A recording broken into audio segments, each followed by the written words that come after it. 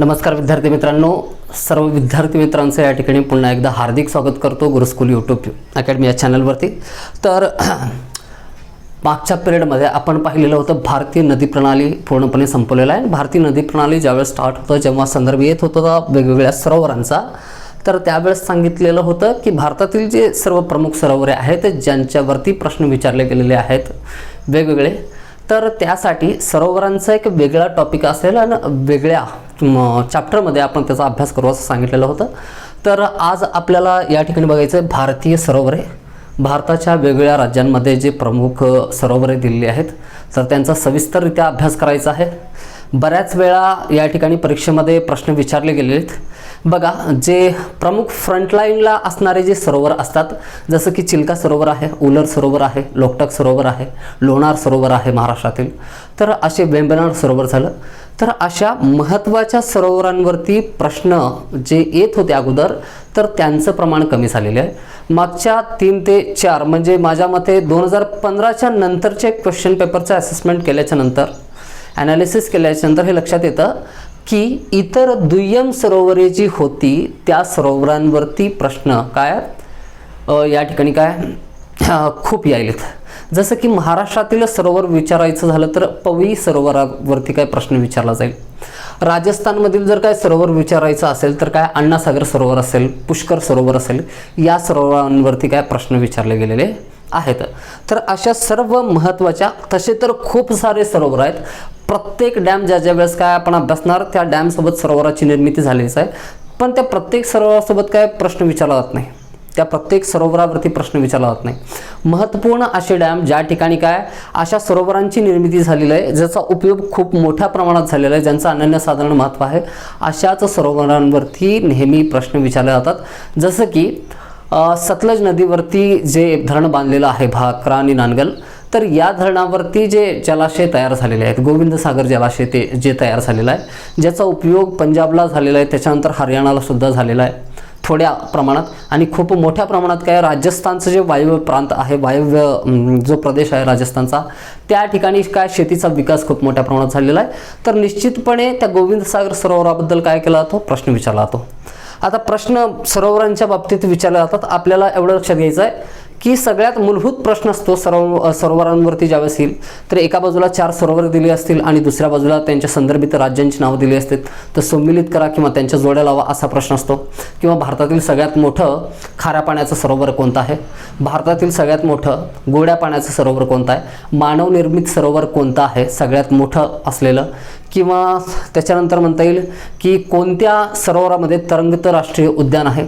तर अशा स्वरूपाचे प्रश्न सरोवरांच्या बाबतीत विचारले जातात। तर त्या सर्व प्रश्नांचा विचार करून, सर्व पर्यायांचा विचार करून आपण सर्व सरोवरे या ठिकाणी घेतलेली आहेत, ज्यांचा की अभ्यास आपल्याला करायचा आहे। तर नदी चॅप्टर झाल्याच्या नंतर आपल्याला समजेल म्हणून काय हा जो चॅप्टर आहे तो नंतर ठेवलेला आहे, एक विशिष्ट क्रम असेल तर मग अभ्यास करण्यामध्ये रस येतो। जर नदी प्रणाली किंवा प्रादेशिक भारत शिकवण्याच्या अगोदर सरोवर जर सांगितलं असतं तर सगळंच डोक्याच्या वरून गेलं असतं। तर भारतीय सरोवरे हेडिंग आहे आणि वेगवेगळे काय राज्य आणि राज्यांमधील या ठिकाणी काय सरोवर जे आहेत ते त्यांच्या बाजूला आपण लिहिलेले, तर व्यवस्थितपणे तुम्हाला दिसेल अशा पद्धतीने मांडणी केलेली आहे। बघा अगोदर या ठिकाणी जो नकाशा काढलेला आहे त्या नकाशामध्ये दिलेली जी माहिती जी आहे, क्लॅरिटी असते, काही जणांच्या व्हिडिओला क्लॅरिटी नसेल, त्याच्यामुळं बऱ्याच वेळा व्हिडिओ लो क्वालिटीमध्ये चालतो, त्यावेळेस नावं तुम्हाला स्पष्टपणे दिसणार नाही। तर याच्यासाठी एकदा नावं सगळी वाचून घेतो मी, माहिती काय लिहिलेली सांगतो। या ठिकाणी सर्व राज्य या ठिकाणी काही नकाशाच्या आतमध्ये दाखवलेले आहेत। या ठिकाणी जम्मू काश्मीर आहे, JNK, HM म्हणजे हिमाचल प्रदेश आहे, CH म्हणजे या ठिकाणी छत्तीसगडने, हे लक्षात घ्या, चंदीगड हे आहे हरियाणामधील, तर त्याच्यानंतर उत्तराखंड आहे, त्याच्यानंतर राजस्थान दाखवलेलं आहे आपण, त्याच्या Maharashtra, K means Karnataka, KL means Kerala, TN means Tamil Nadu, Andhra Pradesh, Telangana state, त्यानंतर ओरिसा आणि या ठिकाणी मणिपूर हा राज्य दाखवलेला आहे। आणि तर सिक्कीमचं नाव लिहिलेलं नाही, पण सिक्कीममधलं एक सरोवर आपल्याला अभ्यासायचं आहे। तर यांच्याच बाजूला काय त्यांची नावं लिहिलेली आहेत, आपण वाचू। जम्मू काश्मीरमध्ये बघा कोणते कोणते सरोवर आहेत, उलर सरोवर, डल सरोवर, गाडसर, मनसार, अनंतनाग, बैरीनाग, शेषनाग, कैसरनाग, नागिन, पोगोंग छो, सिमोरायरी आणि मानसबल ही सरोवरे कुठली आहेत? जम्मू काश्मीरमधली आहेत. आता या ठिकाणी आणखीन एक सरोवर आहे. कोणतं? गंगबल. ते आपण लिहिलेलं नाही. बघा खूप सारे सरोवर आहेत. आता नाग नावाने ज्या ज्या शब्दांचा शेवट होतो सरोवरांचा, तर म्हणजे भूगोलामध्ये दिले जाणारे त्या सर्वांचा समावेश कुठं होतो? जम्मू काश्मीरमध्ये. म्हणजे ज्या ज्या सरोवरांच्या शेवटी नाग असं लिहिलेलं आहे तर ती सर्व सरोवरे जम्मू काश्मीरमधलीच आहेत. अशा पद्धतीने लक्षात ठेवायला एक ट्रिक म्हणा. सहसा ट्रिकचा वापर करत जाऊ नका असं मी जास्तीत जास्त सांगितलं आहे. कमीत कमी त्याचा वापर जेवढा करता येईल तेवढं चांगलं आहे. ट्रिक काय करतात? आपला मेंदू जो आहे त्याची विचार करण्याची जी क्षमता आहे त्याला खुंटीत करते किंवा त्याला लिमिटेड ठेवते. मग आपण विचार करत नाही. ट्रिकच्या पद्धतीने काय या ठिकाणी काय लक्षात ठेवण्याचा प्रयत्न करतो. लॉजिकली लक्षात राहायला पाहिजे. एकमेकांचे संदर्भ लक्षात आल्याच्या नंतर काय आपल्याला व्यवस्थितरित्या काय समजलं पाहिजे.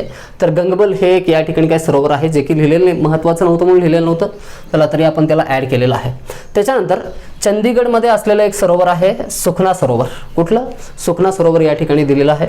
त्याच्यानंतर राजस्थानमधील जयसमंद, राजसमंद, नक्की, सांबर, ढेबर, फतेह सागर, लुणक सागर, डिडवाना, पिछोला, अण्णासागर, कुचामन आणि पुष्कर ही सरोवरे कुठली आहेत? राजस्थानमधली आहेत. त्याच्यानंतर महाराष्ट्रामध्ये दोन महत्त्वपूर्ण सरोवरे आहेत, लोणार आणि पवई. रिसेंटली याच्यावरती प्रश्नसुद्धा विचारलेला होता की पवई हे सरोवर कोणत्या राज्यामध्ये आहे? तर त्याचा आन्सर असेल महाराष्ट्र. त्याच्यानंतर कर्नाटकच्या बाबतीत प्रश्न विचारलेला या ठिकाणी काय सरोवर आहे? बेलांदूर सरोवर. केरळामधले हे सरोवर यांच्या बाबतीत आपण काय जेव्हा अरबी समुद्राला जाऊन मिळणाऱ्या नद्या बघत होतो त्यावेळेस काय बघितलेलं आहे? कोणते कोणते? वेम्बनाड आणि अष्टमुदी. त्यानंतर हिमाचल प्रदेशमध्ये असलेले सरोवर आहे भृगू, मच्छियाल, रेणुका, सूरजताल आणि चंद्रताल. त्याच्यानंतर उत्तराखंडमध्ये असलेले या ठिकाणी सरोवर आहेत कुठले कुठले? नैनीताल, डोडीताल, भीमताल, सातताल, देवताल, सुखर पाताल, नोकुचिया ताल, त्याच्यानंतर राकसताल आणि मालाताल. ही सरोवरे सगळी कुठली आहेत? उत्तराखंडमधली आहेत. ज्या सरोवरांच्या शेवटी काय ताल हा शब्द आलेला आहे ती सर्व काय सरोवर आहे. त्याच्यानंतर सिक्कीममधलं एक सरोवर आहे सोंगमा आणि मणिपूरमधलं एक सरोवर दिलेलं आहे लोकटक. अतिशय महत्त्वपूर्ण असं सरोवर आहे ज्याच्याबद्दल आपण काय फॅक्ट आपण सिरियली बघत असताना बघू. ओरिसामध्ये असलेलं चिल्का सरोवर, आंध्र प्रदेशच्या किनाऱ्यावरती कोलेरू पुलिकत सरोवर आहेत. अगोदर आंध्र प्रदेशमध्येच असणारे, मात्र जेव्हापासून तेलंगणा स्टेटची निर्मिती झाली तेव्हापासून हुसेन सागर आणि नागार्जुन सागर जे आहेत त्यांचा समावेश कुठं होतो? तेलंगणा स्टेटमध्ये होतो, या ठिकाणी दाखवलेला आहे. आणि तमिळनाडूमध्ये कोडाई कॅनल आणि कालीवेली ही दोन सरोवरे आहेत. तर ही सगळी माहिती आपण या ठिकाणी लिहिलेली आहे. तर इतर जे फॅक्ट आहेत सरोवर चॅप्टरच्या संदर्भात तर ते काय करू एक एक आपण या ठिकाणी काय बघत जाऊ. बघा थोडक्यात या ठिकाणी काय अगोदर हे महत्त्वाचे जे सरोवर आहेत यांच्याबद्दल सांगेन, मग आपण काय फॅक्ट बघायला सुरुवात करू. बघा जम्मू काश्मीर जे आहे, जम्मू काश्मीरमध्ये खूप साऱ्या नद्यांचा या ठिकाणी काय उगम होतो. खूप साऱ्या नद्या त्या ठिकाणी प्रवाहित असतात. जसं की या ठिकाणी सिंधू नदी झाली, झेलम नदी आहे, रावी नदी आहे. तर या सर्व नद्यांमुळे त्याच्यानंतर तिथं काश्मीर घाटी आहे, लडाखमधील थोडासा मैदानी प्रदेश आहे. याच्यामुळं वेगवेगळ्या सरोवरांची त्या ठिकाणी निर्मिती झालेली आहे. जम्मू काश्मीरमधले जेवढे काही सरोवर आहेत त्यांच्यापैकी महत्त्वपूर्ण सरोवरांच्या बाबतीत फॅक्ट तर लिहून घ्यायचंच आहे आपल्याला. मात्र इतर सरोवर जे आहेत यांच्या बाबतीत प्रश्न एवढाच तुम्हाला विचारला जातो की अमुक सरोवर कोणत्या राज्यातील आहे? तर ज्या सरोवरांच्या शेवटी नाग आहे, बैरीनाग असेल, शेषनाग असेल, त्याच्यानंतर काय अनंतनाग असेल, तर ही सर्व सरोवरे कुठली आहेत? जम्मू काश्मीरमधील आहेत. नाग नावाने शेवट न होणारे सुद्धा काही सरोवरे आहेत, ते आपल्याला ॲज इट इज लक्षात ठेवायचे आहेत. तर लक्षात कुठले कुठले? उलर सरोवर, डल सरोवर, गाडसर सरोवर, मनसार, अनंतनाग, बैरीनाग, शेषनाग, कैसरनाग, नागिण, त्याच्यानंतर पोगोंगचो, सिमोरायरी आणि मानसबल. यांच्यापैकी बघा आता हे दोन शब्द आहेत कोणते? पोगोंगछो आणि सिमोरायरी. हे इंडियन काय भारतीय भाषेतील शब्द वाटत नाहीत. हे शब्द आहेत काय तिबेटियन शब्द आहेत हे दोन्ही. म्हणजेच जम्मू काश्मीरमधला जो लडाखचा क्षेत्र आहे तर त्या लडाखच्या क्षेत्रामधील ही काय दोन सरोवर आहेत. कोणते कोणते? पोगोंगछो आणि सिमोरायरी. अशाच पद्धतीने काय लक्षात ठेवायचं आहे. आणि इतर सर्व काय गंगबल असेल, मानसबल असेल, हे सर्व सरोवर कुठे येतात? जम्मू काश्मीरमध्ये येतात. त्याच्यानंतर उलर सरोवर जे आहे ते भारतामधील सर्वात मोठं गोड्या पाण्याचं सरोवर आहे. त्याच्या संदर्भात पॉईंट आपण नंतर बघू, बाकीचे सरोवर संपू. हिमाचल प्रदेशमध्ये दिलेले जे सरोवर आहेत ते अशा पद्धतीने, खूप सारे सरोवर नाहीत, जेमतेम 4 ते 5 सरोवर दिले आहेत. काय, भृगू, मच्छियाल, रेणुका. भृगू, मच्छियाल आणि रेणुका ही सरोवरे कुठे आहेत? हिमाचल प्रदेशमध्ये आहेत. आणि ज्या सरोवरांच्या नावाचा शेवट तालने होतो, कशाने? तालने होतो, तर ती सर्व सरोवरे कुठली आहेत? उत्तराखंडमध्ये आहेत, ज्या ठिकाणी गंगा, यमुना अशा मोठ्या नद्यांचा काय उगम क्षेत्र आहे, नद्यांचा उगम झालेला आहे. तर कोणते कोणते? नैनीताल, डोडीताल, भीमताल, सातताल, देवताल, त्याच्यानंतर राक्षसताल. या ठिकाणी बघा, देवतालच्या शेजारीचा आहे राक्षसताल, देव असेल, राक्षस असेल. सुखरपाताल, काय, नोकुचिया ताल. काय आहे नाव? नोकुचिया ताल, मालाताल. ही सर्व सरोवरे जी आहेत ती कुठली आहेत? उत्तराखंडमधली. मात्र 2 लक्षात ठेवायचे, सूर्य आणि चंद्र. कुठले? 2 लक्षात ठेवायचे, सूरजताल आणि चंद्रताल. ही 2 सरोवरे ताल या शब्दाने शेवट होतो, मात्र ती उत्तराखंडमधली नसून कुठले आहेत? हिमाचल प्रदेशमध्ये शेजारची आहेत. तर अशा पद्धतीने काय लक्षात ठेवायचं आहे, सूरजताल आणि चंद्रताल यांच्याच बाबतीत काय विद्यार्थ्यांचा काय होतो? घोळ होतो.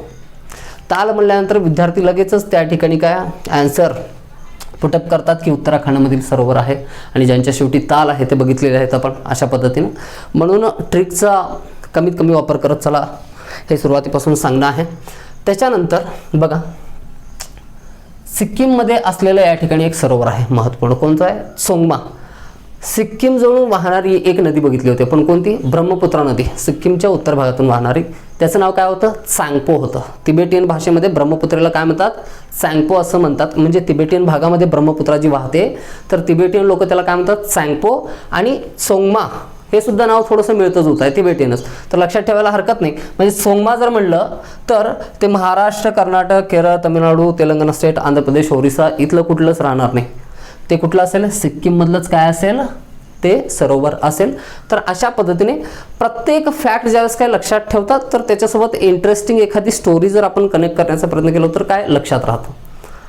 तसं जसं की मी सांगेन तुम्हाला राष्ट्रीय उद्यानाच्या बाबतीत एक आम्ही कसं लक्षात ठेवलेलं होतं तो फॅक्ट. खूप वेळा प्रश्न विचारला जायचा ना, तर बघा, एक सरोवर घेऊ, एक सरोवराबद्दल महत्त्वपूर्ण जे सरोवर आहेत त्यांच्याबद्दल जे फॅक्ट दिलेले आहेत, सांगितलेले, विचारले गेलेले आहेत, त्या सगळ्यांबद्दल काय करू? डिस्कस करू. या ठिकाणी असलेले काय सर्व तटीय राज्य आपल्याला माहिती आहेत. कोणते कोणते आहेत? एकूण 9 राज्यांना काय सागरी किनारा लाभलेला होता, आणि या सागरी किनाऱ्यावरती वेगवेगळ्या काय किनारी प्रदेशामध्ये असणाऱ्या सरोवरांची निर्मिती झालेली आहे. जसं की एक प्रश्न विचारला आलेला होता की कोणत्या राज्यामध्ये सरोवरांना कयाल असं म्हणतात? कोणत्या राज्यामध्ये सरोवरांना कयाल म्हणतात? तर ते राज्य कोणतं आहे? केरळ. केरळमध्ये असलेले जे सरोवर आहेत सर्व, तर त्या सरोवरांना तिथल्या स्थानिक भाषेमध्ये काय म्हणलं जातं? कयाल असं म्हणलं जातं. तर हे सर्व तटीय क्षेत्रामध्ये काय तयार झालेले काय सरोवरे आहेत. तर पहिला सरोवर कोणता? बघा, एकूण राज्य कोणते कोणते आहेत? गुजरात आहे, महाराष्ट्र आहे, गोवा, कर्नाटक, केरळ, तामिळनाडू, आंध्र प्रदेश, ओरिसा, त्याच्यानंतर आंध्र प्रदेश, ओरिसा आणि पश्चिम बंगाल अशी राज्य आहेत. तर पश्चिम बंगालमध्ये विशेष करून कुठलं सरोवर नाही. पश्चिम बंगालच्या बाबतीत आपण सुंदरबन अभ्यास केलेलाच आहे. तर सरोवरांचा अभ्यास करत असताना सगळ्यात अगोदर भारतातील सगळ्यात मोठं खाऱ्या पाण्याचं सरोवर कोणतं आहे? चिल्का सरोवर. आणि चिल्का सरोवर हे कसं सरोवर आहे? खारा पाण्याचं सरोवर आहे. तटीय क्षेत्रामध्ये असल्याच्या कारणानं तर त्याचं पाणी कसं बनलेलं आहे? खारीय स्वरूपाचं बनलेलं आहे. बघा, खारं पाण्याचं सरोवर असतं कसं? अशा पद्धतीने, अशा पद्धतीने या ठिकाणी आहे हा बंगालचा उपसागर आणि इकडं आहे अरबी समुद्र. बघा, अशी रचना असते किनाऱ्यावरती की एक सरोवर असतं, त्या सरोवराचं जे मुख आहे समुद्राकडे तोंड करून असलेलं, तर तो अशा पद्धतीने उघड असतो, मग ज्याच्यामधून समुद्राचं पाणी आणि त्या सरोवरातील पाणी हे आतमध्ये आणि काय बाहेर काय प्रवेश करू शकतात. समुद्राचं पाणी आतमध्ये जाऊ शकतं आणि सरोवरातलं पाणी काय बाहेर सुद्धा येऊ शकतं. म्हणजे जेव्हा भरती येते तेव्हा समुद्राचं पाणी आतमध्ये जातं, ओहोटी येते तेव्हा यातलं पाणी सुद्धा काय बाहेर जातं. म्हणून या सरोवरातील पाणी कसं झालेलं आहे? खारीय प्रकारचं झालेलं आहे.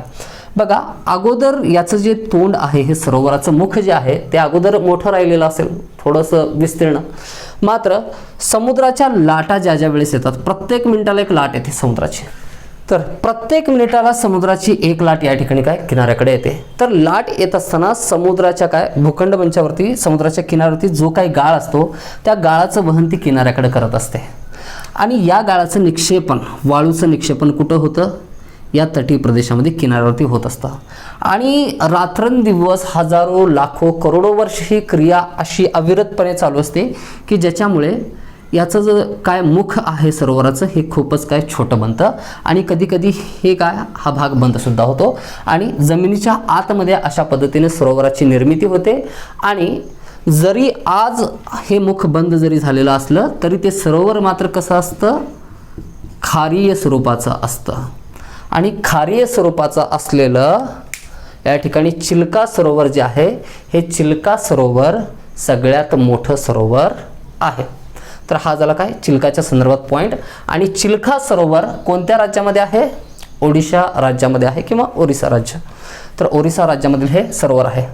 नेक्स्ट, ओरिसाच्या दक्षिणेला आहे आंध्र प्रदेशचा किनारा.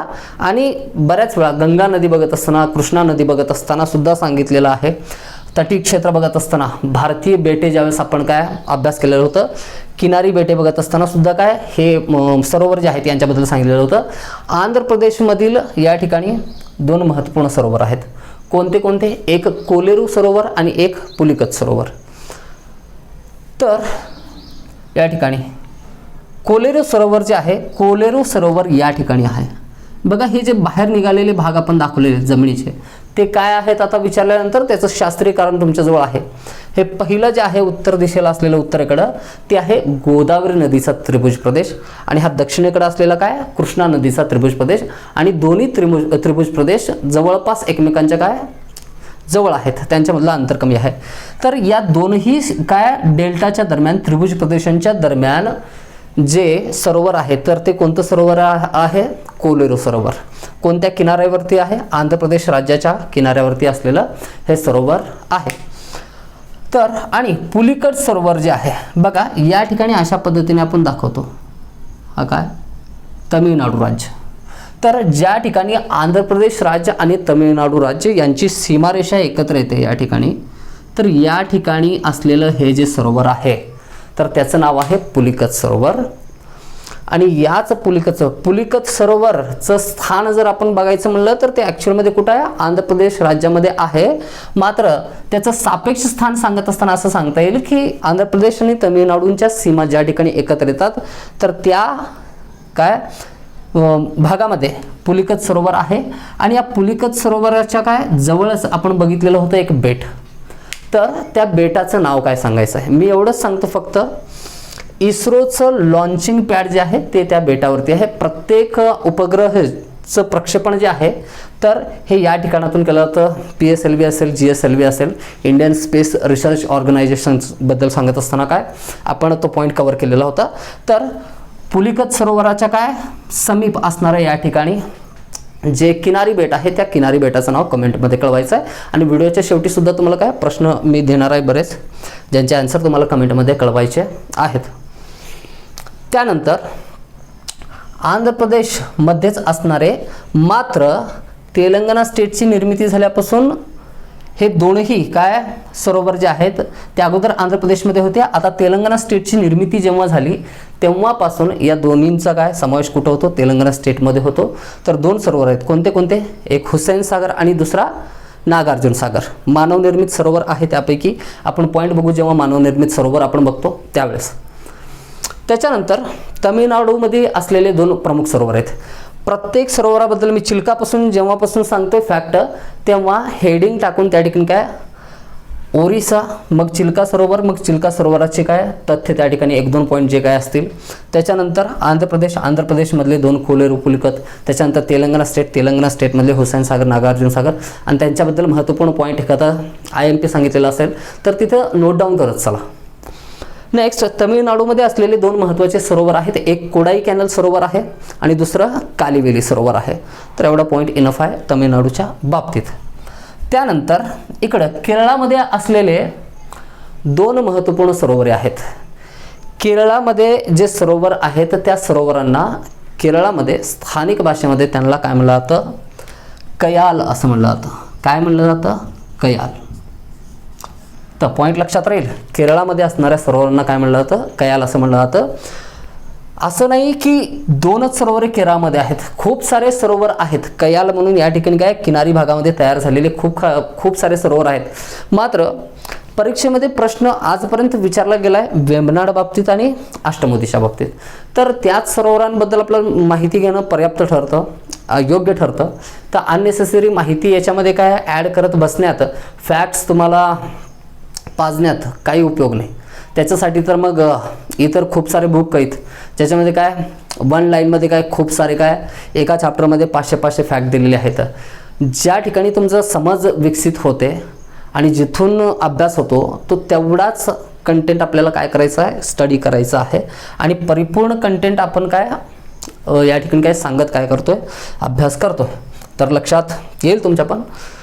बघा, केरळामध्ये असलेले वेम्बनाड आणि अष्टमुदी ही 2 सरोवरे आहेत.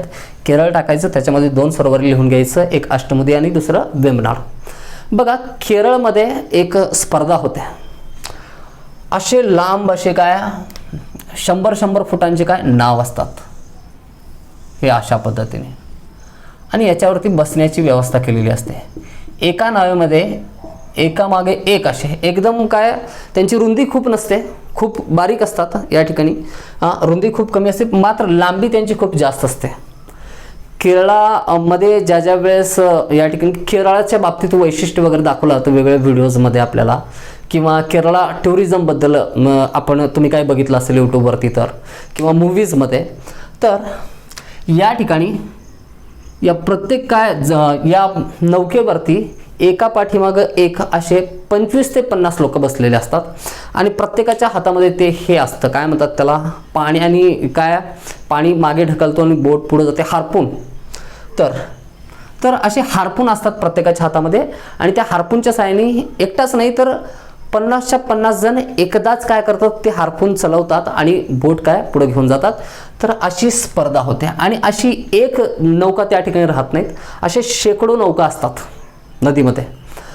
तर असे शेकडो नौका एकाच वेळी ज्या वेळेस आपण काय बघू, काय घोड्यांची जी रेस असते, गाड्यांची रेस असते, यांच्यापेक्षा खूप वेगळा अनुभव येतो हे पाहत असताना. तर ही जी नौकानयन स्पर्धा जी आहे, ती नौकानयन स्पर्धा कुठं होते, वेम्बनाड या सरोवरामध्ये पार पाडली जाते. केरळामध्ये होणारी नौकानयन स्पर्धा जी आहे, ती नौकानयन स्पर्धा कुठं होते, या वेम्बनाड. एकदम काय खूप फेमस हा काय त्या ठिकाणचा काय खेळ प्रकार आहे, तर वेम्बनाड सरोवरामध्ये होतो. आणि याच वेम्बनाड सरोवरामध्ये एक बेट आहे. कोणतं, या ठिकाणी वेलिंग्टन बेट. कोणतं बेट आहे, वेलिंग्टन बेट. तर ते कुठं आहे, केरळामधील वेम्बनाडमध्ये स्थित. बघा, हे अशा पद्धतीनं काय केरळचा किनारा आहे आणि हे या ठिकाणी वेम्बनाड सरोवर. आणि या वेम्बनाड सरोवरामध्ये एक बेट आहे, कोणतं, वेलिंग्टन बेट. तर हे पॉईंट याच्या बाबतीत काय लक्षात ठेवा, प्रश्न विचारला गेलेला आहे. त्यानंतर कर्नाटक राज्यामध्ये काय विशेष काय असे सरोवर नाहीत. एक सरोवर महत्त्वपूर्ण आहे ज्याच्यावरती प्रश्न आलेले आहेत. तर कर्नाटकमध्ये बेलांदूर हे काय सरोवर लक्षात ठेवायचं आहे. आणि महाराष्ट्रामध्ये 2 महत्त्वपूर्ण सरोवर आहेत. कोणते कोणते, लोणार सरोवर आणि पवई सरोवर. कोणते 2 सरोवर आहेत, एक लोणार सरोवर आणि एक पवई सरोवर. पवई सरोवर फक्त महाराष्ट्रामध्ये स्थित आहे, एवढं लक्षात ठेवा. दुसरा पॉईंट लक्षात ठेवण्याची आवश्यकता नाही. लोणार सरोवराच्या बाबतीत मात्र काय थोडेसे फॅक्ट निघून येतात. लोणार सरोवर जे आहे, लोणार सरोवरलाच क्रेटर सरोवर असं सुद्धा म्हटलं जातं. काय म्हणतात, लोणार सरोवरला क्रेटर सरोवर असं सुद्धा म्हणतात. आता क्रेटर सरोवर कशाला म्हणतात, तर ज्वालामुखीय उद्रेकामुळे किंवा ज्वालामुखीचं जे डोंगर असतं, तर त्या डोंगरावरती तयार झालेलं जे सरोवर असतं त्याला क्रेटर सरोवर असं म्हणतात. क्रेटर सरोवर. बघा, हा अशा पद्धतीनं काय ज्वालामुखीचं काय मॅग्मा बाहेर पडून काय डोंगराची निर्मिती झालेली असते, लावा बाहेर पडून अशा पद्धतीने काय डोंगर आणि डोंगराचे उतार तयार झालेले असतात. सक्रिय ज्वालामुखी जे असतं नेहमी, तर त्याच्यातून दर काही वर्षानंतर, 2 वर्षानंतर, 3 वर्षानंतर, 5 वर्षानंतर याच्यातून लावा बाहेर पडत असतो, मॅग्मा बाहेर पडत असतो. पण लोणार सरोवर जे आहे तर ते ज्वालामुखी आता काय सुप्त स्वरूपाचं ज्वालामुखी म्हणलं जातं, ते आता बंद पडलेलं आहे. तर या ठिकाणी खूप वर्षानंतर अशा पद्धतीने ना ज्वालामुखीचं तोंड ज्यावेळेस काय ज्वालामुखीतून काय लावा बाहेर येणं बंद होतं त्यावेळेस काय हे मुख जे आहे ते बंद झालेलं असतं. हे जे मुख आहे ते बंद झालेलं असतं. मग अचानक ज्यावेळेस काय उद्रेकी स्वरूपाचा ज्वालामुखी होतो, खूप मोठ्या प्रमाणात काय ज्वालामुखीचा उद्रेक होतो, त्यावेळेस हा जो वरील काय टोकाकडील जो भाग आहे ज्याला कॅप म्हणू आपण, ढक्कन म्हणू, तर याचा स्फोट होतो आणि हे डोंगराचं जे काय वरचा भाग आहे तो उडून काय तुटून वेगवेगळ्या दिशेला काय पडतो आणि या ठिकाणी जो खोलगट भाग तयार होतो हा असा भाग काय उडून पडला. त्याच्यामुळं हा जो खोलगट भाग तयार झाला तर ते असतं कशाचं ज्वालामुखीचं मुख. तर त्या ज्वालामुखीच्या मुखालाच काय म्हणतात क्रेटर असं म्हणतात. तर याच ठिकाणी पाणी जमा होऊन आता म्हणजे अशा पद्धतीने उद्रेक झाला, या ठिकाणी खोलगट भाग तयार झाला, आता त्याच्यामध्ये पाणी जमा झालेलं आहे, ज्वालामुखी बंद झालेली आहे, खूप वर्षापासून कोणत्याही प्रकारे काय लावा त्याच्यातून बाहेर पडलेला नाही. तर या ठिकाणी जे सरोवर तयार झालेलं आहे तर तेच कोणतं सरोवर आहे लोणार सरोवर. आणि बघा आणि या लोणार सरोवरलाच काय म्हटलं जातं क्रेटर सरोवर असं सुद्धा म्हटलं जातं. लक्षात आलंय प्रत्येकाच्या. बघा हा झाला महाराष्ट्रातील काय दोन्ही सरोवर लोणार आणि पवई या दोन्ही सरोवरांबद्दल आपण काय पॉईंट बघितलेला आहे. भारतातील सगळ्यात मोठं गोड्या पाण्याचं जे सरोवर आहे, भारतातील सगळ्यात मोठं गोड्या पाण्याचं सरोवर जे आहे ते आहे जम्मू काश्मीरमध्ये स्थित असलेलं उलर सरोवर, जे की काश्मीर घाटीमध्ये ज्याचं स्थान आहे. बघा त्याच्याबद्दल पॉईंट या ठिकाणी. तर उलर सरोवर हे एक गोखूर प्रकारचं सरोवर आहे. कोणत्या प्रकारचं सरोवर आहे? गोखूर प्रकारचं. गोखूर प्रकार काय असतं, कोणत्या पद्धतीने त्याची निर्मिती होते बघू. तर अशा उलर सरोवरासारख्या गोखूर सरोवरांची निर्मिती ही नद्यांमुळे झालेली असते. नदी कसं आता बघा, हा काश्मीर घाटी म्हणजेच काय काराकोरम पर्वत श्रेणींमध्ये दोन पर्वत श्रेणींच्या मध्ये जो समतल सपाट काय मैदानी प्रदेश असतो, मऊ मातीचा असा मैदानी प्रदेश, त्या ठिकाणी थोडासा भाग आहे त्याला काय म्हणतात काश्मीर घाटी असं म्हणतात.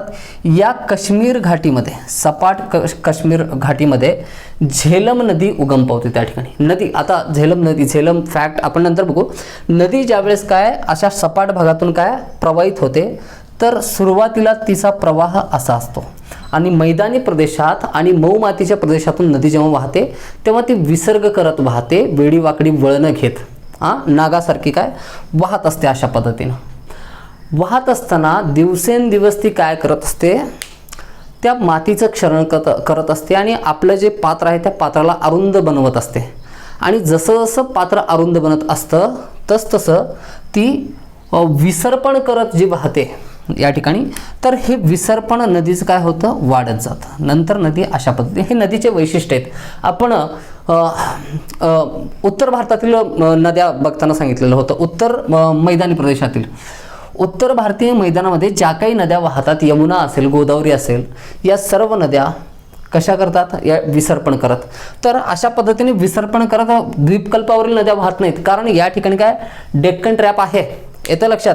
या ठिकाणी कठीण कवचाचे काय आहेत दगड आहेत आणि त्या पठारी प्रदेशावरून वाहत असताना नदी विसर्पण करत नाही. तर मैदानी प्रदेशामध्ये म्हणून या ठिकाणी जो मैदानी भाग आहे या मैदानी भागामध्ये नदी विसर्पण करत वाहते आणि हळूहळू काय होतं हे विसर्पण करत असताना ती आपल्या पात्राला अशा पद्धतीने अरुंद बनवत राहते की नंतर विसर्पण अशा पद्धतीने व्हायला लागतं नदीचं. अशा या ठिकाणी इथं दाखवू आपण.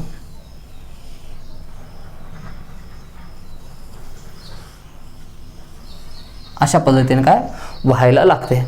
मग होतं काय आता या ठिकाणी नदी दिवसेंदिवस विसर्पण करत असताना हे दोनही पात्र जे आहेत ते एकमेकांना येऊन मिळण्याचा प्रयत्न करतात आणि जेव्हा हे या ठिकाणी काय येऊन मिळतात तेव्हा काय होतं अशा पद्धतीने हा जो पाण्याचा प्रवाह इकडून येतो तो आता इकडे वळणार नाही, तो कुणीकडे इकडे सरळ निघून जाईल आणि अशा पद्धतीने या ठिकाणी काय आहे हे जे काय पात्र आहे नदीचं नवीन पात्र अशा पद्धतीने तयार होतं आणि या नदीच्या किनाऱ्यावरती या नदीनं तयार केलेलं जे सरोवर आहे त्यालाच काय म्हणायचं, गोखूर प्रकारचं सरोवर.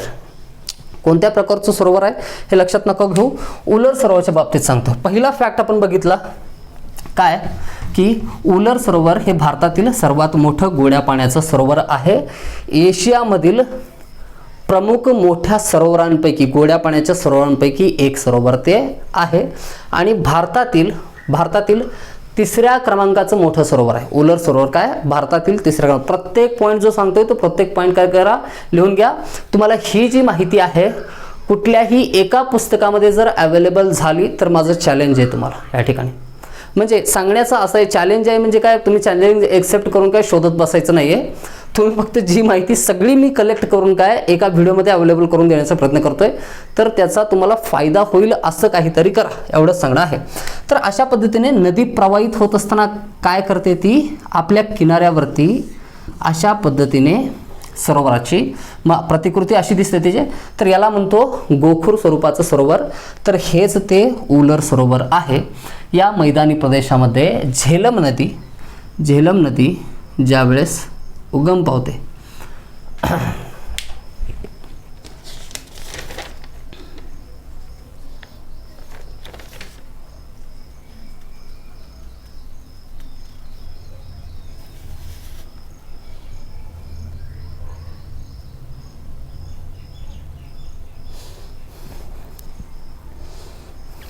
बघा, अशा पद्धतीने झेलम नदी उगम पावते. उगम पावल्याच्या नंतर ती कुठून जाते, श्रीनगर वरून काय जाते, झेलमच्या काय या ठिकाणी बाजूला श्रीनगर आहे, श्रीनगरपासून पुढे गेल्याच्या नंतर ती उलर सरोवरातून काय वाहत काय पुढं कुठं जाते, पाकिस्तानमध्ये जाते. अशा पद्धतीने झेलम नदी उगम पावल्याच्या नंतर अगोदर श्रीनगरला जाते, श्रीनगरपासून ती कुठं जाते, उलर सरोवर. मग उलर सरोवरातून काय बाहेर पडल्याच्या नंतर ती कुठं जाते, पुढं पाकिस्तानमध्ये जाते. आपण सिंधू नदीच्या उपनद्या बघत असताना हे सर्व काही बघितलेलं आहे. तर सरोवराच्या बाबतीत तर याच झेलम नदीनं गोखूर प्रकारच्या या उलर सरोवराची निर्मिती केलेली आहे. मी पॉईंट सांगत होतो, राहिला तो. तर बघा, एशियातील काय प्रमुख गोड्या पाण्याच्या सरोवरापैकी एक मोठं सरोवर उलर सरोवर आहे आणि भारतातील सर्वात मोठं तिसऱ्या क्रमांकाचं सरोवर कोणतं आहे, उलर सरोवर. पहिलं कोणतं आहे, लोकटक. दुसरं कोणतं आहे, कोलेरू. आणि तिसऱ्या क्रमांकाचं सरोवर कोणतं आहे, उलर सरोवर हे आहे. तर हे अशा पद्धतीनं काय उलर सरोवराची काय झालेली आहे, निर्मिती झालेली आहे. तर हा झाला काय उलर सरोवराच्या बाबतीत पॉईंट. आणखीन एक प्रश्न विचारला जातो उलरच्या बाबतीत, भारतातील असं कोणतं सरोवर आहे ज्या सरोवराच्या निर्मितीमध्ये भूविवर्तनिकीचा काय त्या ठिकाणी भूविवर्तनिक हालचालींचा परिणाम झालेला आहे. भूविवर्तनिक हालचाली झाल्यामुळं त्या सरोवराची निर्मिती झालेली आहे. तर असा एकमेव सरोवर कोणता आहे, उलर सरोवर. उलर सरोवराच्या निर्मितीमध्ये हा सुद्धा एक भाग आहे की भूविवर्तनिक हालचालींमुळे त्या सरोवराची निर्मिती झालेली आहे. तर पॉईंट लिहून घ्यायचा उलर सरोवरामध्ये की उलर सरोवराच्या निर्मितीमध्ये भूविवर्तनिक हालचालींचा परिणाम दिसून येतो, असा पॉईंट त्या ठिकाणी काय लिहून घ्या सिंगल सेंटेन्समध्ये. तर महत्त्वपूर्ण आहे. पुढचं राजस्थानमधील या ठिकाणी आणखी चंदीगडमध्ये एक प्रमुख सरोवर आहे, हरियाणामध्ये सुद्धा आहे. तर महत्त्वाचं नाही हरियाणा किंवा पंजाबमधला सरोवर, म्हणून आपण चंदीगडमधलं एक सरोवर घेतलं आहे, कुठलं, सुखना सरोवर. एवढा पॉईंट लक्षात घ्या की चंदीगडमध्ये काय हे सरोवर आहे. राजस्थानमधील सरोवर कोणते कोणते, जयसमंद, राजसमंद, नक्की, सांबर, ढेबर, फतेहसागर, लोणक सागर, डिडवाना, पिछोला, अण्णासागर, कुचामन आणि पुष्कर ही या ठिकाणी काय सरोवरे आहेत. राजस्थानमधील जी सर्व सरोवरे आहेत त्या सरोवरांच्या बाबतीत त्यांचं वैशिष्ट्य असं आहे की हे सर्व सरोवरे हवेमुळं यांची निर्मिती झालेली आहे. हवेमुळे एका ठिकाणच्या वाळूचं विस्थापन म्हणा किंवा धूप म्हणा ही वेगवेगळ्या प्रदेशांमध्ये होते आणि राजस्थानमध्ये तयार होणारे जेवढे काही भूरूप आहेत तर त्या सगळ्यांना कारणीभूत असणारं एकच कारण आहे कॉमन, कुठला, हवा, वायू जे आहे. तर ह्या हवेमुळेच काय या सरोवरांची निर्मिती झालेली आहे. आणि जवळपास आपण एक सरोवर बघितलेलं होतं, लुणी नदीच्या पात्रामध्ये येतं. लुणी नदी त्या सरोवरातून काय वाहत जाते. तर ते सरोवर कोणतं आहे कमेंटमध्ये कळवायचं. आपण याच्या अगोदर बघितलेलं आहे. राजस्थानमध्ये आढळणारे जेवढे काही सरोवर आहेत हे सर्व सरोवर काय आहेत, खारीय प्रकारचे सरोवर आहेत, खाऱ्या पाण्याचे सरोवर आहेत. बघा, चिल्का सरोवर, कोलेरू, पुलिकत, वेंबनाड, अष्टमुदी हे किनारीय काय सरोवर ते सरोवरे आहेत आणि समुद्राच्या पाण्याचा संबंध त्या ठिकाणी येतो. तर ठीक आहे, साहजिक आहे की हे काय सरोवरे खारे असू शकतात. मात्र मुख्य भूमीच्या आतमध्ये असणारे हे जे सरोवर आहेत राजस्थानमधील उदयपूर, मेवाड या क्षेत्रामध्ये हे सरोवर आहेत. तर हे सरोवरे खारे असण्याचं कारण काय? बघा, लुणी नदी ज्यावेळेस काय उगम पावते ना, त्यावेळेस त्या नदीच्या पात्रातलं पाणी कसं आहे, गोड्या स्वरूपाचं आहे. पण ती या खाऱ्या पाण्याच्या सरोवरामध्ये काय येऊन मिळाल्याच्या नंतर लुणी नदीच्या पात्रातील पाणी कसं म्हणतं, खारी स्वरूपाचं म्हणतं, पिण्यायोग्य राहत नाही. तर याच गोष्टी म्हणजेच काय, ही सरोवरे काय खारीय स्वरूपाची आहेत हे याचं प्रमाण देतात की आता सध्या आपण काय हा या ठिकाणी उत्तर भारतीय मैदान जो आहे तो टेथिस समुद्राची काय शिल्लक राहिलेली अवशेष अंगे आहेत. हे याचं प्रमाण आहे की एकेकाळी भारतीय द्वीपकल्प या ठिकाणी येण्याच्या अगोदर या भागामध्ये काय टेथिस समुद्र होता. त्याच्यानंतर पूर्वोत्तर भारतामध्ये असलेलं एक सिक्कीममधलं सरोवर आपण बघितलं, सोंगमा. दॅट्स इट, एवढंच त्याच्या बाबतीत लक्षात ठेवायचं. सिक्कीममध्ये असलेलं सरोवर कोणतं आहे, सोंगमा. आणि मणिपूरमध्ये असणारं एक महत्त्वाचं काय लोकटक सरोवर आहे जे की संपूर्ण भारतातील गोड्या पाण्याचं सगळ्यात मोठं सरोवर आहे. एवढे अप्रतिम, एवढे काय सौंदर्याने नटलेले हे जे सरोवर आहेत ते यांच्यासारखे सरोवर तुम्हाला भारतामध्ये काय कुठंच बघायला भेटणार नाहीत. मी तुम्हाला म्हणलं होतं फॅक्टच्या सोबत एखादी स्टोरी कनेक्ट करत चला, म्हणजे फॅक्ट लक्षात राहण्यासाठी काय सोपे राहतात कधीही. जे थोडंसं वेगळं असतं इतरांपेक्षा ते नेहमी लक्षात राहतं. कोणत्याही बाबतीत विचार करा, तो मनुष्य असेल किंवा एखादी घटना असेल. बघा काय झालं होतं, मी सांगतो फॅक्ट कसा लक्षात राहतो. आज सुद्धा पूर्णपणे काय आठवतं मला हे याचा किस्सा. बघा, कधी वॉलपेपर बघितलेले असतील. कसे वॉलपेपर, संपूर्णपणे जंगल आहे आणि एका कडेला एक डोंगर आहे, त्या डोंगरावरून पाणी सावकाश खाली आलं आहे आणि ते पाणी एका सरोवरात काय मिळतं येऊन, आणि अशा पद्धतीने काय एक सरोवर तयार झालेलं आहे. आणि त्या सरोवराच्या किनाऱ्यावरती तुम्ही मानवी हस्तक्षेप बिलकुल नसतो तिथं, म्हणून ते सौंदर्य टिकून राहतं. बघा, ज्या सीन्समध्ये मानवी हस्तक्षेप नसतो, म्हणजे कॅरीबॅग पडलेली दिसतात तुम्हाला, घाण पडलेली दिसते कुठलीही, काय केर कचरा असतो, हे जिथं नसतं ते सुंदर दिसतं. निसर्ग स्वतः खूप सुंदर आहे. मानवाने जेव्हा जेव्हा हस्तक्षेप केला त्या सौंदर्याला काय बिघडवलेलं आहे. बघा, हे म्हणजे असे फोटोज तुम्ही बघितले असतील. हे असं पाणी आहे आणि ही अशा पद्धतीने काय एक नाव आहे, बोट आहे, ब्ल्यू कलरची असेल. आणि हा त्या सरोवराचं तळ आहे. या तळामध्ये असणारे काय वेगवेगळे काय गारगोटे आहेत, मासे आहेत, अशा पद्धतीने. एवढं क्लिअरली दिसणार नाही बघा. तर हे जे पाणी आहे, पाण्याचा जो पृष्ठभाग आहे ते पाणी एवढं स्वच्छ आहे, आपलं जे मिनरल वॉटरची बॉटल असते त्याच्यापेक्षा सुद्धा स्वच्छ. कधी कधी त्याच्यामध्ये सुद्धा इम्प्युरिटी असतील एखाद्या वेळेस, पण या पाण्यामध्ये काय बिलकुल असं दिसत नाही. बोट तरंगत असलेली तुम्हाला दिसते. बोट काय होते, तरंगत असलेली दिसते. एवढं पारदर्शक ते पाणी असतं. तर हे सरोवरे भारतामध्ये कुठंही बघायला भेटत नाहीत तुम्हाला, कुठंच. फक्त कुठं पूर्वोत्तर भारत जे आहे त्या पूर्वोत्तर भारतामध्ये लोकांचा हस्तक्षेप कमी झालेला आहे. येतंय, म्हणजे हे जे इंडस्ट्रियल एरिया जो आहे, कलकत्ता असेल, बॉम्बे आहे, बेंगलोर आहे, जमशेदपूर आहे, दिल्ली आहे, तर या सगळ्यांपासून काय वेगळा हा प्रदेश आहे, म्हणून तो सुरक्षित राहिलेला आहे. मेघालयचे पठार असतील, नागा टेकड्या, मिझो टेकड्या, त्रिपुरा टेकड्या, अरुणाचल प्रदेश, आराकान योमा, या सगळ्यांच्या मध्ये तो प्रदेश आहे या ठिकाणी. तर मी सांगतो या ठिकाणी लवकर कंप्लीट करू. बघा, तर मग मी माझ्या मित्राला सांगितलं की अशा स्वरूपाचे सरोवर आहेत, तर त्या ठिकाणी तू काय कर, जर कधी योग आला तर जाऊन बघून ये. मग तो काय म्हणला,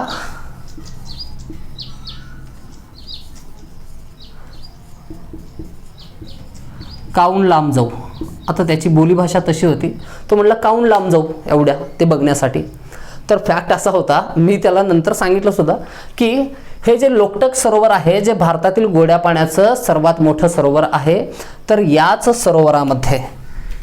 सरोवरामध्ये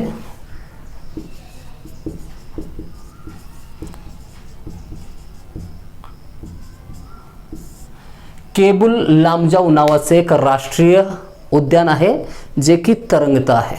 बोटसुद्धा तरंगती दिसते आणि ही बगीचासुद्धा काय तरंगती दिसते. हे राष्ट्रीय उद्यान एकमेव राष्ट्रीय उद्यान जे लोकटक सरोवरामध्ये काय तरंगणार काय सरोवर म्हणून ओळखलं जातं. ते कुठं आहे? मणिपूरमधील लोकटक या सरोवरामध्ये आहे. आणि हाच याचा काय सगळ्यात महत्त्वपूर्ण फॅक्ट आहे. बाकीचं जो होतं तो सगळा संदर्भ होता, थोडासा लक्षात नाही ठेवलं तरी चालेल, पण नाव लक्षात ठेवा. काय आहे तर तरंगत्या त्या राष्ट्रीय उद्यानाचं नाव काय? केबुल लामजाऊ. याच्यानंतर आपल्याला बघायचे तर मानवनिर्मित जे सरोवर आहेत त्या मानवनिर्मित सरोवरांच्या बाबतीत बघा, काही वेळेला एखादा व्हिडिओ जो आहे तो थोडासा लेंदी बनेल, पण असं होऊ शकत नाही. आता जर समजा एक 10 ते 15 मिनिटाचा कंटेंट राहिलेला आहे तर याच्यासाठी वेगळा व्हिडिओ बनवणं अतार्किक ठरतं, इलॉजिकल ठरतं थोडंसं. एका तासाच्या किंवा 1 तास 10 मिनिट होतील एकाच व्हिडिओमध्ये आपण सगळा कंटेंट जर कव्हर करतो, एक चॅप्टर पूर्ण जर कव्हर होत असेल तर मग चांगली गोष्ट आहे. तर तुम्हाला वेळ द्यायचा आहे, हां, मला वेळ द्यायला कोणत्याही प्रकारची अडचण नाही. तर बघा, आता आपल्याला बघायचं काय? मानवनिर्मित सरोवर आहे. मानवनिर्मित सरोवर आहे. नदीचं एक जीवन असतं. नदी प्रारंभापासून उगम झाल्यापासून ती प्रवाहित होते, युवा अवस्था येते, प्रौढावस्था येते, वृद्धावस्था येते, नदी जाऊन काय समुद्राला मिळते. अशा पद्धतीने काय जीवन पद्धती असते. आणि त्या नदीसोबत वेगवेगळे इकोसिस्टीम जोडले गेलेले असतात, वेगवेगळे परिस्थितिकी, हां, वेगवेगळे बायोडायव्हर्सिटीज त्या ठिकाणी काय असतात, अधिवास करत असतात. ज्या वेळेस आपण मानव स्वतःच्या स्वार्थासाठी नदीच्या पात्रामध्ये ज्यावेळेस काय एक मोठी भिंत बांधून अशा पद्धतीने डोंगर असेल, 2 डोंगरांचा वापर करून खूप चांगल्या पद्धतीने असं काय केलं जातं, भिंत बांधून नदीचं पाणी अडवलं जातं. तर हे आपल्या सोयीसाठी केलेलं आहे, पण याच्यामुळं निसर्ग खूप मोठ्या प्रमाणात प्रभावित होत असतो. नदीचं पाणी जेव्हा अडवलं जातं तर त्या नदीमध्ये असणाऱ्या वनस्पती असतील, जलीय जीव असतील, तर त्या सर्वांचं जीवन प्रभावित होतं, म्हणजे एक प्रकारे धोक्यात येतं आणि मरून जातात. आता या ठिकाणी भिंत बांधल्याच्या नंतर याच्या पाठीमागच्या दिशेला जेवढा काही पाण्याचा साठा निर्माण होतो, तो जो आहे पाण्याचा प्रदेश आहे तो जलव्याप्त बनतो आणि त्या जंगलामध्ये राहणारे जे प्राणी असतील, पक्षी असतील, जीवजंतू असतील, यांचे सुद्धा जीव धोक्यात येतात. जे प्राणी पळून जाऊ शकतात ते पळून जातील.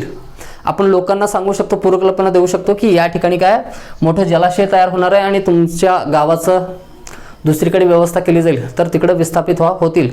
पण प्राण्यांना, निसर्गाला आपण सांगू शकत नाही की तुम्ही विस्थापित व्हा, त्यांना समजणार सुद्धा नाही आपण सांगितल्याच्यानंतर. तर स्वतःच्या स्वार्थासाठी असं केल्याच्या आणि एका शृंखलेमध्ये याचे परिणाम जाणवत जातात आणि हे आपल्याला सहनसुद्धा करावं लागतं. तुम्ही एकदा जर पेरलेलं आहे तर ते निश्चितपणे उगवणार आहे आणि तुम्हाला भेटणार आहे. कर्मा सेज असं म्हणतात. हां, खूप सारे कर्माज बोलतात, आता कर्मयोद्धे इंस्टाच्या रील्सवरती पाहिलेले आहेत. हां, तर अशा पद्धतीने काय प्रभावित होत असतो. बघा, धरण जेव्हा बांधायचं आहे तेव्हा काय शहरांच्या ठिकाणी कधी बांधले जाणार नाहीत. ज्या ठिकाणी काय वाडी वस्त्या खेड्या आहेत किंवा जंगल आहे, तर जास्तीत जास्त काय लोकांचं ज्या ठिकाणी कमी काय लोकसंख्या आहे, घनता आहे, त्या ठिकाणी काय अशा पद्धतीने काय वेगवेगळ्या डोंगरांचा वापर करून त्या ठिकाणी काय जलाशयांची निर्मिती केली जाते. त्यालाच काय म्हणतो, म्हणजे काय नदीच्या पात्रामध्ये भिंत बांधून पाणी जेव्हा साठवलं जातं त्याला काय म्हणतो आपण, जलाशय असं म्हणतो. बघा कसं होतं, कसे परिणाम करतात घटक, शृंखलेमध्ये कसे प्रभावित होतात गोष्टी. पंजाब आणि हरियाणामध्ये हरित क्रांतीच्या नंतर 1960 आणि 70च्या काय या दशकामध्ये ज्यावेळेस हरित क्रांती झाली, खूप मोठ्या प्रमाणात काय गव्हाचं आणि तांदळाचं उत्पादन घेतलं गेलं. संपूर्ण भारताला काय 2-2, 3-3 वर्ष पुरेल एवढ्या अन्नाचं उत्पादन एकाच वर्षामध्ये घेण्यात आलं. हे विक्रमी उत्पादन होतं, म्हणूनच त्याला काय हरित क्रांती असं म्हणतात. इकॉनॉमी बघताना आपण बघतो त्याच्यामध्ये. तर एकदा असं झालं, देशाचं नाव सांगणार नाही मी, कोणत्या देशातले खात होते, आता तुम्ही गेस करू शकता, तेवढे तरी हुशार आहात. जे इंडियन बेडूक जे असतात त्या बेडकांचे, म्हणजे फ्रॉग, इंडियन बेडकांचे मागचे जे पाय असतात ते काय त्यांना काय उड्या मारण्यासाठी मदत करतात. त्याला नाव पडलं काय जम्पिंग चिकन. आता या ठिकाणी. तर म्हणजे जंप करतो फ्रॉग म्हणून त्याचं नाव काय जम्पिंग चिकन पडलं आणि खूपच फेमस झाली. मग फॉरेनमधून डिमांड होऊ लागली. ज्यावेळेस डिमांड वाढते त्यावेळेस रेट वाढतात आणि मागणी वाढते. मागणी वाढल्यामुळे भारतातील म्हणजे जे रिकामे लोक आहेत ज्यांना काम नाही ते लोक काय करणार, बेडूक तर द्यायचं आहे आणि बेडकाच्या बदल्यात पैसे भेटणार आहेत. तर जिथे दिसेल तिथं बेडकाला पकडायचं आणि नेऊन विकायचं व्यापाराला. जिथे दिसेल तिथं पकडायचं आणि काय नेऊन विकायचं. याच्यामुळं निसर्ग कसा प्रभावित होतो बघा. तर हे खूप मोठ्या प्रमाणात काय हे चाललं, हे शासनाच्या किंवा जे सिस्टीम आहे त्याच्या लक्षात येण्यासाठी एक वेळ लागतो.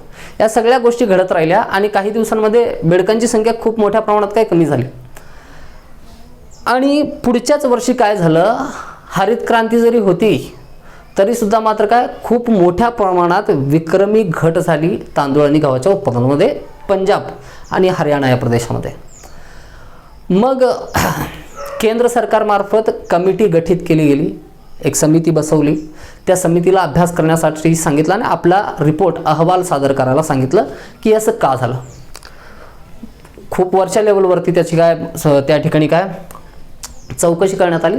तर तेव्हा या गोष्टी लक्षात आल्या की बेडूक पकडल्यामुळं काय, बेडूक पकडून इतर देशांना विकल्यामुळं भारतामध्ये बेडकांची संख्या या भागामध्ये पंजाब आणि हरियाणाच्या उत्तर भारतामध्ये बेडकांची संख्या खूप कमी झाली. म्हणून काय तांदूळ आणि गव्हाचं उत्पादन कमी झालं. आता हे पेपर आउट जेव्हा होतं, हे जे पोस्ट ट्रूथ न्यूज चॅनल मार्फत सांगितलं जातं, ज्यांचा अभ्यास कमी आहे किंवा ज्यांचा अभ्यास त्या फील्डमध्ये नसतो त्या सगळ्यांना ही हसण्यासारखी गोष्ट वाटते. एक्सप्लेनेशन म्हणजे टॅगलाईन एवढीच असते ना नेहमी न्यूजची, बाकीचं कोणी वाचत नाही सहसा. तर ज्यांना जाणून घ्यायची इच्छा असते. आता सोशल मीडिया असंच झालं आहे, एक मुख्य ओळ वाचायची, स्टोरी तुम्हाला माहिती राहत नाही काल काय घडलं होतं किंवा त्याच्या अगोदर काय घडलं होतं त्याच्यानंतर काय. 15 सेकंदाचा किंवा 30 सेकंदाचा रील पडतो. त्या 30 सेकंदाच्या रीलमध्ये कट करून जेवढं पोस्ट केलेलं असतं त्याच्यावरती अख्खी 130 करोडची जनता जी आहे ती आपापल्या मेंदूनुसार कमेंट करत असते. तर आता प्रत्येक रोज काही ना काही व्हायरल होतं आणि काही ना काही कमेंट होत असतात. तर हे जे आहे या ठिकाणी, तर त्यांनी सांगितलं बेडकांची संख्या कमी झाली म्हणून जे कीटक आहेत छोटे छोटे लहान ज्यांना बेडूक खातो तर त्यांची संख्या काय झाली, वाढली तुलनेनं. हे शृंखलेमध्ये परिणाम होत असतात सगळे. मग त्याच्यानंतर आता बेडकांना या ठिकाणी काय साप खात असतो, बेडूक लवकर भेटायचं सापांना, तर तुलनेनं कुठलाही दुसरा आहार भेटण्याच्या ऐवजी बेडकांना पकडणं सोपं असायचं सापांना. मात्र बेडकांची संख्या कमी झाल्यामुळं जेवढे काही साप होते त्या भागांमध्ये, तर सर्वेमध्ये असं दिसून आलं की शेतानी भूक लागून या ठिकाणी काय साप मरून पडले होते खूप ठिकाणी. आणि हे साप मरून पडले म्हणून साप ज्यांचं भक्ष करायचा उंदरांचा, त्या उंदरांची संख्या मात्र काय खूप जास्त वाढली. उंदरांना फस्त करायचं काम तर कोण करायचं, एका तुलनेनं साप करायचे, पण सापच मरून पडले बेडकांशिवाय म्हणून उंदरांची संख्या वाढली. आणि शेतामधील उत्पादन कमी होण्याच्या पाठीमागचं सगळ्यात मोठं कारण होतं उंदरांची संख्या वाढलेली होती. तर आता उंदरं काय काय करू शकतात हे सांगण्याची आवश्यकता मी नाही. तर असा तो सगळा होता. तर निसर्गावरती तुम्ही जेव्हा काय अशा काही ॲक्शन्स घेता तर त्यांचे रिॲक्शन्स आपल्याला दिसून येत असतात. तर असो आपल्याला मानवनिर्मित सरोवरे बघायचे आहेत. तर भारतामध्ये चंबळ नदीवरती 3 प्रमुख सरोवरांची निर्मिती केलेली आहे, 3 वेगवेगळ्या ठिकाणी. बघा चंबळ नदी माळवा पठारावरती उगम पावल्याच्या नंतर या ठिकाणी थोडंसं आपण हा रब करू भाग, म्हणजे आपल्याला व्यवस्थित काय तुम्हाला काय सांगता येईल मला. बघा चंबळ नदी जी मध्य प्रदेशमध्ये माळवा पठारावरती उगम पावते आणि मध्य प्रदेशमधून राजस्थानमधून होऊन ती यमुना नदीला जाऊन मिळते आणि यमुना नदी गंगा नदीला जाऊन मिळते हे असं सांगितलेलं होतं. तर ही अशा पद्धतीने माळवामधून उगम पावून ही चंबळ नदी मध्य प्रदेशमधून राजस्थानमधून कुठं जाते, यमुना नदीला जाऊन मिळते.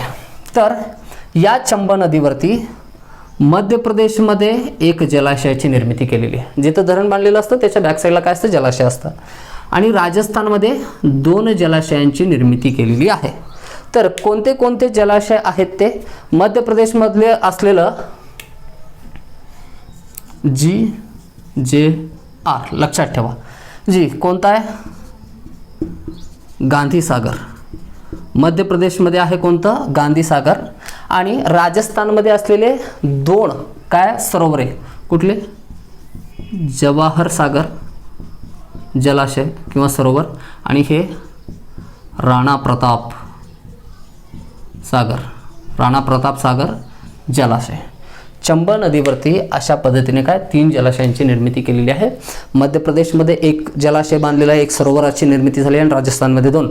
मध्य प्रदेशमधलं गांधीची, गुजरात आणि गांधी सागर लक्षात राहील. त्याच्यानंतर राजस्थानमध्ये कुठलं? जवाहर सागर आणि राणा प्रताप सागर अशी त्यांची नावं ठेवलेली आहेत. तर बघा नेक्स्ट, हिमाचल प्रदेश आणि पंजाब हे जे राज्य आहेत या दोन्ही राज्यांमधून प्रवाहित होणारी एक नदी आपण बघितलेली होती. सिंधू नदी प्रणालीबद्दल बघत असताना सिंधूची प्रमुख उपनदी सतलज जी हिमाचल प्रदेश आणि पंजाबमधून वाहत जाऊन कुठं? पाकिस्तानात प्रवेश करते आणि मिठानकोट या ठिकाणी काय सिंधू नदीला काय जाऊन मिळते. हे फॅक्ट्स आपण बघितलेले होते. तर या नदीवरती एक मानवनिर्मित सरोवर या ठिकाणी हिमाचल प्रदेश आणि पंजाबचा हा जो बॉर्डरचा भाग आहे या बॉर्डरच्या भागामध्ये भाकरा कोणतं? भाकरा हे धरण बांधलेलं आहे. आणि हे धरण बांधल्याच्या कारणानं या ठिकाणी धरणाच्या या बाजूला हिमाचल प्रदेश राज्यामध्ये एका जलाशयाची निर्मिती झालेली आहे, ज्या की जलाशयाचं नाव आहे गोविंद सागर. काय आहे नाव? गोविंद सागर. गोविंद सागर या जलाशयाची निर्मिती झालेली आहे. प्रकल्प या ठिकाणी जर ॲक्च्युअली आपण जर विचार केला तर प्रकल्प हा भाकरा हिमाचल प्रदेशमध्येच स्थित आहे आणि त्याच्या पाठीमागे तयार झालेलं जे जलाशय आहे, सरोवर आहे गोविंद सागर जलाशय, तर हे सुद्धा कुठं आहे? हिमाचल प्रदेशमध्ये झालेलं आहे. मात्र जरी हिमाचल प्रदेशमध्ये या सरोवराची निर्मिती झालेली असली तरी सुद्धा या सरोवराचा किंवा या सरोवरातून जे काढलेले कालवे आहेत, जलसिंचन व्यवस्था जी आहे त्याचा सर्वाधिक उपयोग पंजाब या राज्याला झालेला आहे. अशा पद्धतीने या बाजूला उतार असल्याच्या कारणानं आता या ठिकाणातून काय हे कालवे उलट दिशेने काय जो पर्वतीय भाग आहे हिमाचल प्रदेशचा तिकडे तर केला जाणार नाही आणि हिमाचल प्रदेशमध्ये मोठ्या प्रमाणामध्ये काय शेतीसुद्धा केली जात नाही. म्हणून तर पंजाबमध्ये मोठ्या प्रमाणात कालवे काढलेले आहेत आणि पंजाबच्या दक्षिणेला असलेला हा जो काय राजस्थानचा वायव्य भाग आहे, राजस्थानच्या वायव्य भागाचा जो की वाळवंटी राज्य आहे पूर्णपणे, तर त्या सुद्धा भागामध्ये जलसिंचनाच्या सुविधा पोहोचल्याच्या कारणाने शेतीचा खूप मोठ्या प्रमाणात काय विकास झालेला आहे. राजस्थानचा कोणता? वायव्य प्रदेश. तर सरोवर बघत होतो आपण कोणतं? सतलज नदीवरती हिमाचल प्रदेशमध्ये जे भाकरा नांगल प्रकल्प बांधलेला आहे, तर या भाकरा नांगल प्रकल्पावरती गोविंद सागर या जलाशयाची निर्मिती झालेली आहे. तर याच्यानंतर दुसरं बघायचं पुढचं आपल्याला तेलंगणा स्टेट जे आहे, तर अगोदर हे कुठं होते? आंध्र प्रदेशमध्ये होते. मात्र आता तेलंगणा स्टेटमध्ये या दोन्ही सरोवरांचा काय समावेश होतो. गोदावरीची जी उपनदी आहे कोणती? मांजरा, जी दक्षिणेकडून येऊन काय गोदावरी नदीला मिळते. तर तेलंगणा स्टेटमध्ये असलेले या ठिकाणी 2 महत्त्वपूर्ण काय सरोवर आहेत. मांजरा नदीवरती धरण बांधून एका सरोवराची निर्मिती केलेली आहे कोणती? निजाम सागर. तर निजाम सागर सरोवर हे कुठं आहे? तेलंगणा स्टेटमध्ये मांजरा नदीवरती. आणि कृष्णा नदीवरती ही सुद्धा काय तेलंगणा स्टेट आणि आंध्र प्रदेशमधून वाहत जाते. तर कृष्णा नदीवरती आहे कुठलं आपण बघितलं होतं? नागार्जुन सागर. कोणतं सरोवर आहे? नागार्जुन सागर हे सरोवर. हे दोन्ही सरोवर कुठं आहेत स्थित? तेलंगणामध्ये मांजरा नदीवरती कुठलं? निजाम सागर. आणि कृष्णा नदीवरती असलेलं सरोवर कोणतं आहे? नागार्जुन सागर. पुढचं आहे उत्तर प्रदेश आणि छत्तीसगड. उत्तर प्रदेश आणि छत्तीसगड यांच्या सीमारेषेवरती असलेलं एक महत्त्वपूर्ण सरोवर आहे कोणतं? गोविंद वल्लभ पंत सरोवर. कोणतं आहे? गोविंद वल्लभ पंत सरोवर. हे सर्व सरोवर जे बघतोय ते मानवनिर्मित सरोवर आहेत, हे लक्षात ठेवा. उत्तर प्रदेश आणि छत्तीसगड यांच्या सीमारेषेवरती असलेलं सरोवर आहे गोविंद वल्लभ पंत सरोवर. आणि हे जे सरोवर आहे ते कोणत्या नदीवरती आहे? रिहांद नदीवरती आहे. आणि रिहांद नदी ही उपनदी आहे कोणाची? शोण नदीची. आणि शोण नदी बघितलं होतं पण अमरकंटक येथे उगम पावून कोणीकडे जाते? उत्तरेला वाहत जाऊन गंगा नदीला मिळते. याच शोण नदीची उपनदी रिहांद. आणि या रिहांद नदीवरती एक रिहांद प्रकल्प आहे. आणि रिहांद नदीवरच गोविंद वल्लभ पंत या सरोवराची निर्मिती झालेली आहे. उत्तर प्रदेश आणि छत्तीसगडचे आहे यांच्या सीमारेषेवरती. याच्यानंतर एक शेवटचं या ठिकाणी राहिलेलं आहे. तमिळनाडूमध्ये कावेरी नदीवरती धरण बांधून एका सरोवराची निर्मिती केलेली आहे.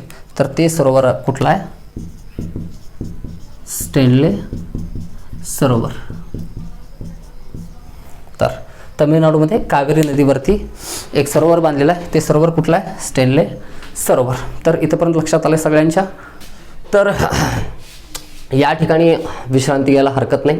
सर्व सरोवरे, प्रमुख सरोवरे जे आहेत प्रत्येक राज्यानुसार आपण या ठिकाणी काय कव्हर केलेले आहेत.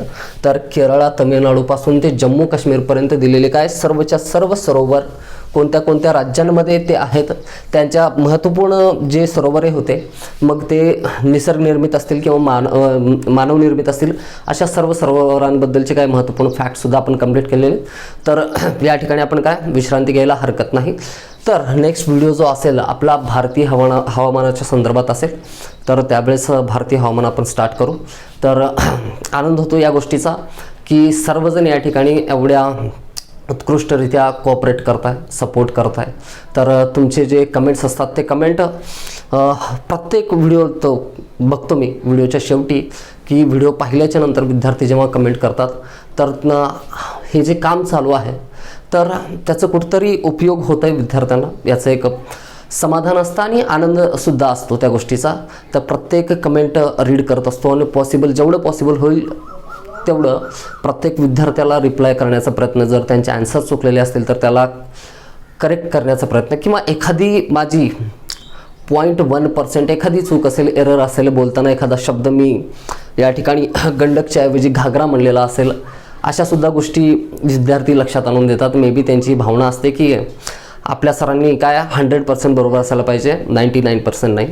तर या पण गोष्टीचा आनंद वाटतो. तर निश्चित हा विश्वास आहे की तुम्ही सर्वजण व्हिडिओला शेअर करताय जास्तीत जास्त लोकांपर्यंत, त्याचा उपयोग करून घेताय, व्यवस्थित अभ्यास करताय. तर याच पद्धतीने सपोर्ट करत राहायचं आहे. आणि तर एवढंच सांगायचं होतं की आनंद वाटतो जेव्हा तुमचे रिॲक्शन्स आपण व्हिडिओच्या नंतर मला बघायला भेटतात कमेंटच्या स्वरूपात. तर त्यासाठी सगळ्यांचे पुन्हा एकदा मी आभार मानतो. तर उद्याच्या काय या व्हिडिओच्या शेवटी काही प्रश्न आपण घेणार आहोत. त्या प्रश्नांची उत्तर कमेंटमध्ये कळवायची आहेत. तर एक प्रकारे असं होईल की या प्रश्नांची उत्तर शोधत असताना तुम्ही जर रिव्हिजन केलेलं नसेल मागच्या सगळ्या व्हिडिओचं, मागचे नोट्सचं, तर एक प्रकारे रिव्हिजनसुद्धा होईल.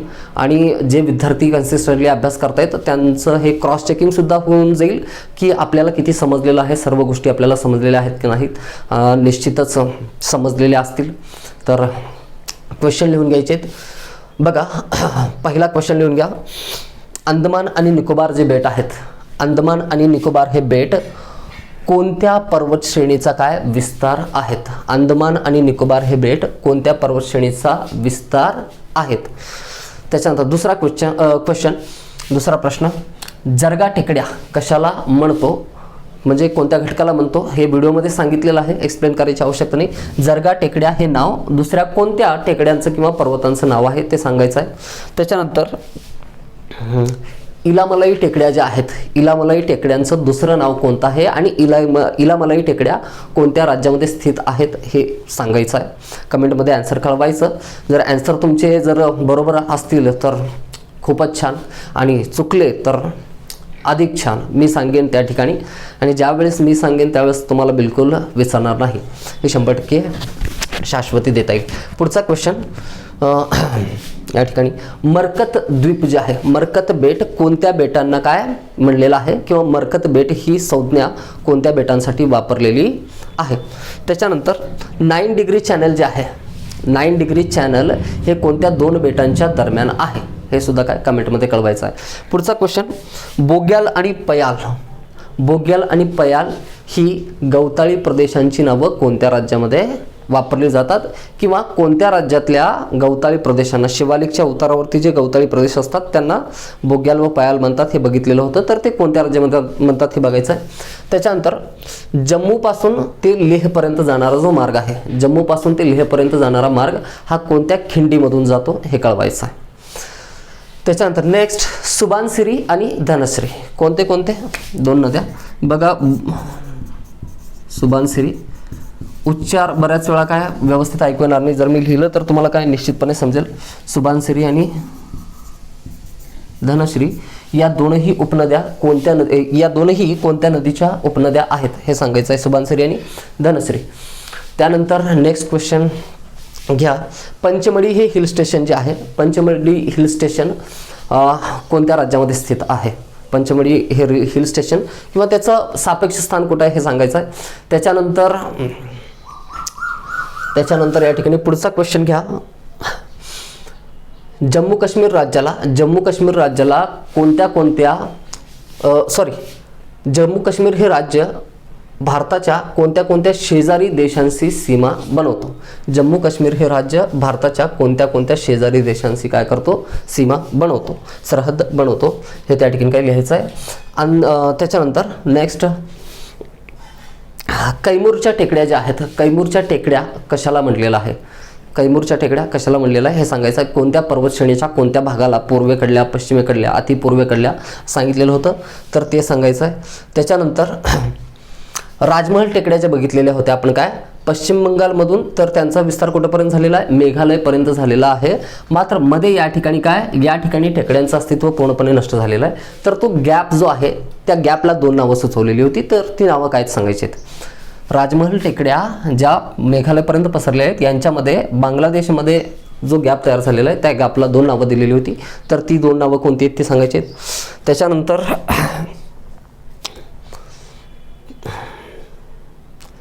त्यानंतर पुढचा क्वेश्चन घ्यायचा आहे या ठिकाणी. तर शिवालिक श्रेणीचे 4 टेकड्या आपण अरुणाचल प्रदेशमध्ये बघितल्या होत्या. शिवालिकचा विस्तार जो अरुणाचल प्रदेशमध्ये झालेला आहे तर त्या ठिकाणी 4 टेकड्या बघितलेल्या होत्या. तर त्या 4 टेकड्यांची नावं पश्चिमेकडून पूर्वेकडे सांगायची आहेत. त्या 4ही टेकड्यांची नावं काय पश्चिमेकडून काय पूर्वेकडे सांगायची आहेत. एका विद्यार्थ्यांनी मला कमेंटमध्ये एक गोष्ट विचारली की सर तुम्ही सांगितलं होतं की अफगाणिस्तान जो आहे भारतासोबत जो सीमा बनवतो तो किती 80 किलोमीटरची सीमा बनवतो. मात्र नेटवरती आम्ही सर्च करून बघितलं तर 106 किलोमीटर एवढी सीमा बनवतो असं सांगितलेलं आहे. रिसेंट न्यूजमध्ये अमित शहानी हे डिक्लेअर केलं होतं बाय होम मिनिस्ट्री.